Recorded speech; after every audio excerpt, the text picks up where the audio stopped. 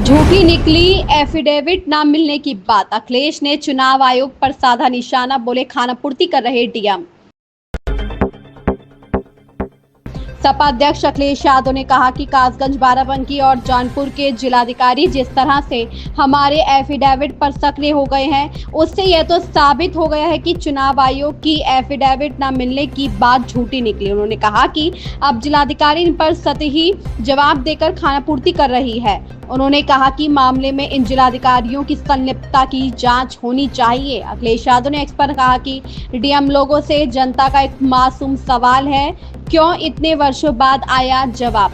जिस तरह कासगंज, बाराबंकी, जौनपुर के डीएम हमारे 18,000 शपथ पत्रों के बारे में अचानक अति सक्रिय हो गए हैं, उसने एक बात साबित कर दी है कि जो चुनाव आयोग कह रहा था कि एफिडेविट की बात गलत है, मतलब एफिडेविट नहीं मिले, उनकी वो बात झूठी निकली। अगर कोई एफिडेविट मिला ही नहीं तो यह जिलाधिकारी लोग जवाब किस बात का दे रहे हैं। अब सतही जवाब देकर खानापूर्ति करने वाले इन जिलाधिकारियों की संलिप्तता की भी जांच होनी चाहिए। कोर्ट संज्ञान ले, चुनाव आयोग या डीएम में से कोई एक तो गलत है ही ना।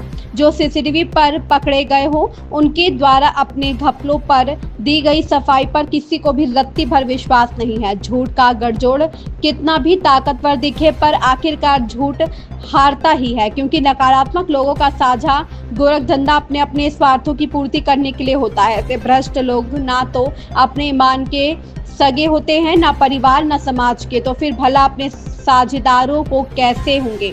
ये बेईमान लोग देश और देशवासियों से ताउम्र दगा करते हैं और अतः पकड़े जाने पर अपमान से भरी जिंदगी जीने की सजा काटते हैं। भाजपा सरकार, चुनाव आयोग और स्थानीय प्रशासन की मिलीभगत वो चुनावी तीन तिगाड़ा है जिसने सारा काम बिगाड़ा है और देश के लोकतंत्र पर डाका डाला है। अब जनता इस त्रिगुट की अदालत लगाएगी।